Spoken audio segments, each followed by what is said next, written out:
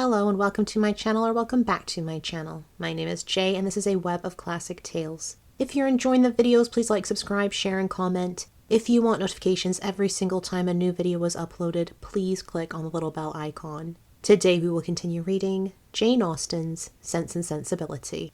Marrianne got up the next morning at her usual time. To every inquiry replied that she was better and tried to prove herself so by engaging in her customary employments.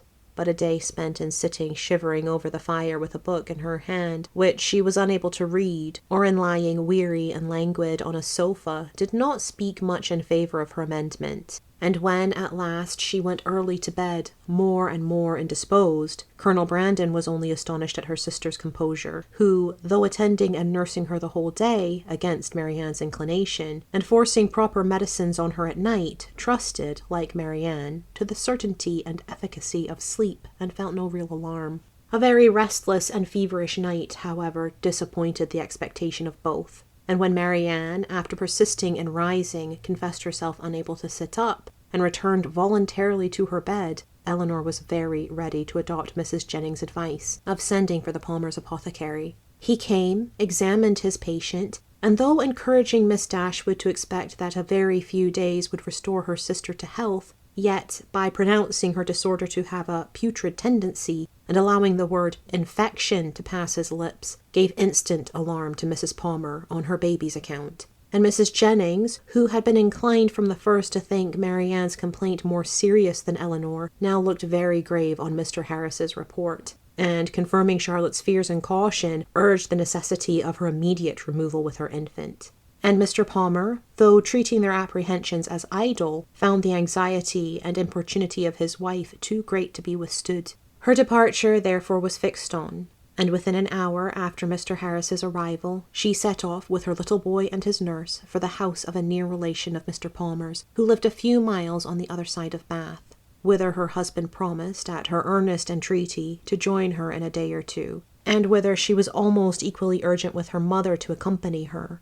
Mrs. Jennings, however, with a kindness of heart which made Elinor really love her, declared her resolution of not stirring from Cleveland as long as Marrianne remained ill, and of endeavouring, by her own attentive care, to supply to her the place of the mother she had taken from her. And Elinor found her on every occasion a most willing and active helpmate, desirous to share in all her fatigues, and often, by her better experience in nursing, of material use. Poor Marrianne, languid and low from the nature of her malady, and feeling herself universally ill, could no longer hope that tomorrow would find her recovered. And the idea of what tomorrow would have produced, but for this unlucky illness, made every ailment severe. For on that very day they were to have begun their journey home, and, attended the whole way by a servant of Mrs. Jennings, were to have taken their mother by surprise on the following forenoon. The little she said was all in lamentation of this inevitable delay, though Elinor tried to raise her spirits and make her believe, as she then really believed herself, that it would be a very short one.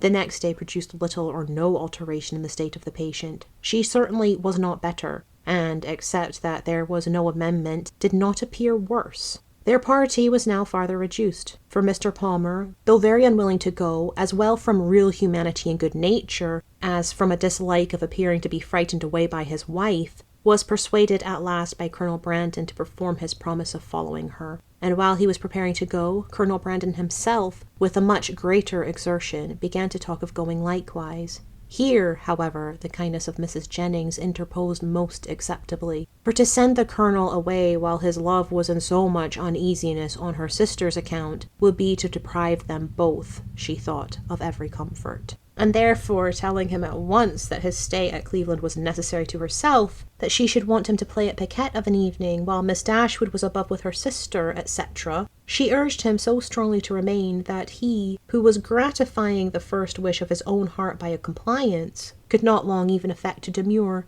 especially as Mrs. Jennings' entreaty was warmly seconded by Mr. Palmer, who seemed to feel a relief to himself in leaving behind him a person so well able to assist or advise Miss Dashwood in any emergency. Marrianne was, of course, kept in ignorance of all these arrangements. She knew not that she had been the means of sending the owners of Cleveland away in about 7 days from the time of their arrival. It gave her no surprise that she saw nothing of Mrs. Palmer, and as it gave her likewise no concern, she never mentioned her name. 2 days passed away from the time of Mr. Palmer's departure, and her situation continued with little variation. The same Mr. Harris, who attended her every day, still talked boldly of a speedy recovery, and Miss Dashwood was equally sanguine, but the expectation of the others was by no means so cheerful. Mrs. Jennings had determined very early in the seizure that Maryanne would never get over it, and Colonel Brandon, who was chiefly of use in listening to Mrs. Jennings' forebodings, was not in a state of mind to resist their influence. He tried to reason himself out of fears, which the different judgment of the apothecary seemed to render absurd, but the many hours of each day in which he was left entirely alone were but too favourable for the admission of every melancholy idea, and he could not expel from his mind the persuasion that he should see Maryanne no more. On the morning of the 3rd day, however, the gloomy anticipations of both were almost done away, for when Mr. Harris arrived, he declared his patient materially better. Her pulse was much stronger, and her symptoms more favourable than on the preceding visit. Eleanor, confirmed in every pleasant hope, was all cheerfulness, rejoicing that in her letters to her mother she had pursued her own judgment rather than her friend's, and making very light of the indisposition which delayed them at Cleveland, and almost fixing on the time when Maryanne would be able to travel. But the day did not close so auspiciously as it began. Towards the evening Maryanne became ill again, growing more heavy, restless, and uncomfortable than before. Her sister, however, still sanguine, was willing to attribute the change to nothing more than the fatigue of having sat up to have her bed made, and carefully administering the cordials prescribed, saw her, with satisfaction, sink at last into a slumber, from which she expected the most beneficial effects. Her sleep, though not so quiet as Eleanor wished to see it, lasted a considerable time, and anxious to observe the result of it herself, she resolved to sit with her during the whole of it. Mrs. Jennings, knowing nothing of any change in the patient, went unusually early to bed. Her maid, who was one of the principal nurses, was recreating herself in the housekeeper's room, and Eleanor remained alone with Maryanne. The repose of the latter became more and more disturbed, and her sister, who watched with unremitting attention her continual change of posture, and heard the frequent but inarticulate sounds of complaint which passed her lips, was almost wishing to rouse her from so painful a slumber, when Maryanne, suddenly awakened by some accidental noise in the house, started hastily up,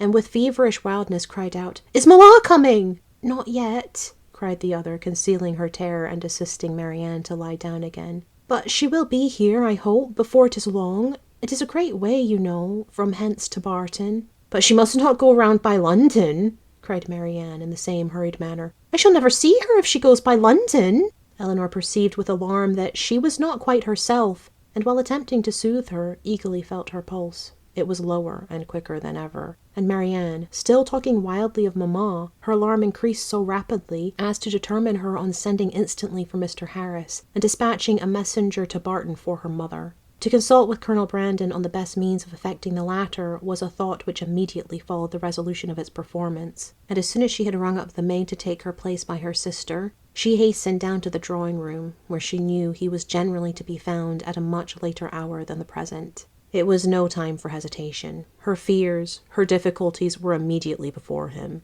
Her fears he had no courage, no confidence to attempt the removal of. He listened to them in silent despondence. But her difficulties were instantly obviated, for, with a readiness that seemed to speak the occasion, and the service prearranged in his mind, he offered himself as the messenger who should fetch Mrs. Dashwood. Eleanor made no resistance that was not easily overcome. She thanked him with brief, though fervent gratitude, and while he went to hurry off his servant with a message to Mr. Harris, and an order for post-horses directly, she wrote a few lines to her mother. The comfort of such a friend at that moment as Colonel Brandon, or such a companion for her mother, how gratefully was it felt. A companion whose judgment would guide, whose attendance must relieve, and whose friendship might soothe her. As far as the shock of such a summons could be lessened to her, his presence, his manners, his assistance would lessen it. He, meanwhile, whatever he might feel, acted with all the firmness of a collected mind, made every necessary arrangement with the utmost dispatch, and calculated with exactness the time in which she might look for his return. Not a moment was lost in delay of any kind. The horses arrived, even before they were expected, and Colonel Brandon, only pressing her hand with a look of solemnity, and a few words spoken too low to reach her ear, hurried into the carriage. It was then about 12 o'clock, and she returned to her sister's apartment to wait for the arrival of the apothecary, and to watch by her the rest of the night. It was a night of almost equal suffering to both. Hour after hour passed away in sleepless pain and delirium on Marianne's side, and in the most cruel anxiety on Eleanor's, before Mr. Harris appeared. Her apprehensions once raised, paid by their excess for all her former security, and the servant who sat up with her, for she would not allow Mrs. Jennings to be called, only tortured her more by hints of what her mistress had always thought.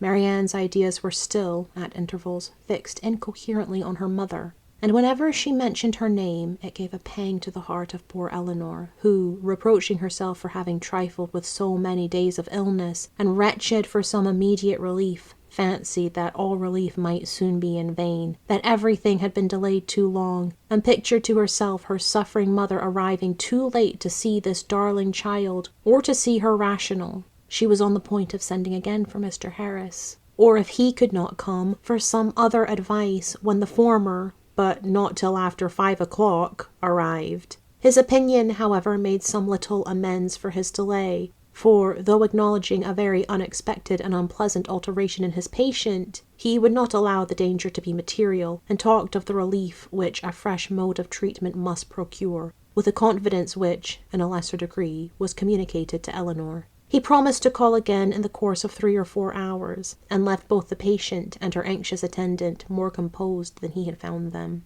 With strong concern, and with many reproaches for not being called to their aid, did Mrs. Jennings appear in the morning of what had passed. Her former apprehensions, now with greater reason restored, left her no doubt of the event, and though trying to speak comfort to Eleanor, her conviction of her sister's danger would not allow her to offer the comfort of hope.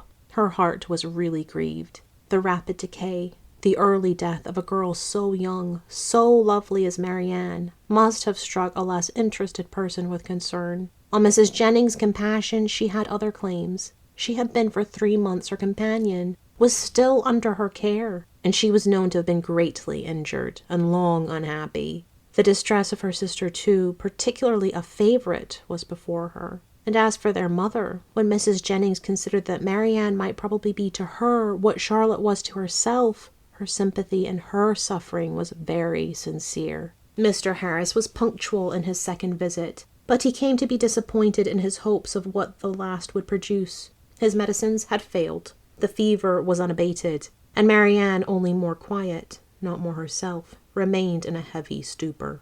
Eleanor, catching all, and more than all, his fears in a moment, proposed to call in further advice. But he judged it unnecessary. He had still something more to try, some more fresh application, of whose success he was as confident as the last, and his visit concluded with encouraging assurances which reached the ear, but could not enter the heart of Miss Dashwood. She was calm, except when she thought of her mother, but she was almost hopeless. And in this state she continued till noon, scarcely stirring from her sister's bed, her thoughts wandering from one image of grief, one suffering friend to another, and her spirits oppressed to the utmost by the conversation of Mrs. Jennings, who scrupled not to attribute the severity and danger of this attack to the many weeks of previous indisposition which Marianne's disappointment had brought on. But Eleanor felt all the reasonableness of the idea, and it gave fresh misery to her reflections. About noon, however, she began, but with a caution, a dread of disappointment which for some time kept her silent, even to her friend, to fancy, to hope she could perceive a slight amendment in her sister's pulse. She waited, watched, and examined it again and again, and at last, with an agitation more difficult to bury under exterior calmness than all her foregoing distress, ventured to communicate her hopes. Mrs. Jennings, though forced, on examination, to acknowledge a temporary revival, tried to keep her young friend from indulging a thought of its continuance. And Eleanor, conning over every injunction of distrust, told herself likewise not to hope, but it was too late. Hope had already entered, and feeling all its anxious flutter, she bent over her sister to watch, she hardly knew for what. Half an hour passed away, and the favourable symptom yet blessed her. Others even arose to confirm it. Her breath, her skin, her lips, all flattered Eleanor with signs of amendment, and Maryanne fixed her eyes on her with a rational though languid gaze. Anxiety and hope now oppressed her in equal degrees, and left her no moment of tranquillity till the arrival of Mr. Harris at 4 o'clock, when his assurances, his felicitations on a recovery in her sister even surpassing his expectations, gave her confidence, comfort, and tears of joy. Marrianne was in every respect materially better,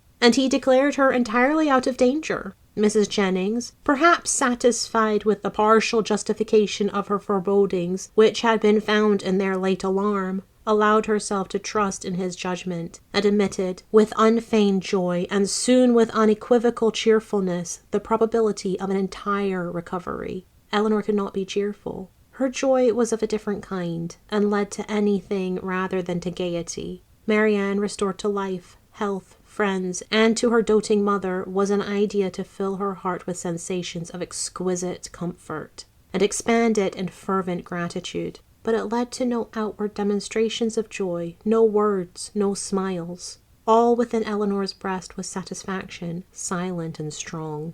She continued by the side of her sister with little intermission the whole afternoon, calming every fear, satisfying every inquiry of her enfeebled spirits, supplying every succor, and watching almost every look and every breath. The possibility of a relapse would, of course, in some moments occur to remind her of what anxiety was, but when she saw, on her frequent and minute examination, that every symptom of recovery continued, and saw Marrianne at 6 o'clock sink into a quiet, steady, and to all appearance comfortable sleep, she silenced every doubt. The time was now drawing on when Colonel Brandon might be expected back. At 10 o'clock she trusted, or at least not much later, her mother would be relieved from the dreadful suspense in which she must now be travelling towards them. The Colonel, too, perhaps scarcely less an object of pity. Oh, how slow was the progress of time which yet kept them in ignorance! At 7 o'clock, leaving Marrianne still sweetly asleep, she joined Mrs. Jennings in the drawing-room to tea. Of breakfast she had been kept by her fears, and of dinner by their sudden reverse from eating much, and the present refreshment, therefore, with such feelings of content as she brought to it, was particularly welcome. Mrs. Jennings would have persuaded her, at its conclusion, to take some rest before her mother's arrival, and allow her to take her place by Marrianne. But Eleanor had no sense of fatigue, no capability of sleep at that moment about her, and she was not to be kept away from her sister an unnecessary instant. Mrs. Jennings, therefore, attending her upstairs into the sick chamber, to satisfy herself that all continued right, left her there again to her charge and her thoughts, and retired to her own room to write letters and sleep. The night was cold and stormy. The wind roared round the house, and the rain beat against the windows. But Eleanor, all happiness within, regarded it not. Marrianne slept through every blast, and the travellers, they had a rich reward in store for every present inconvenience. The clock struck 8.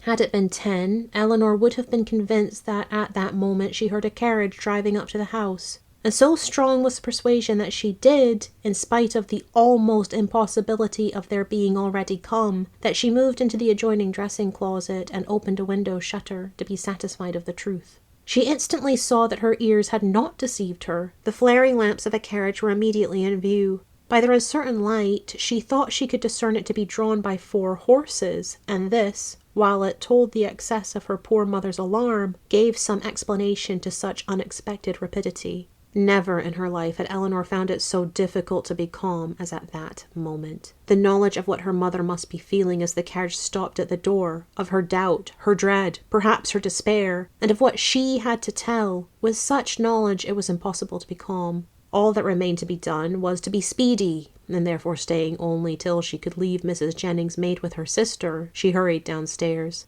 The bustle in the vestibule, as she passed along an inner lobby, assured her that they were already in the house. She rushed to the drawing-room. She entered it, and saw only Willoughby. Thank you for listening. This has been Jane Austen's Sense and Sensibility, Chapter 43. I've been Jay. This is a web of classic tales. Please like, subscribe, share, comment, click that bell icon for notifications. I hope you're having a fantastic day. Have a nice life, and I'll see you next time.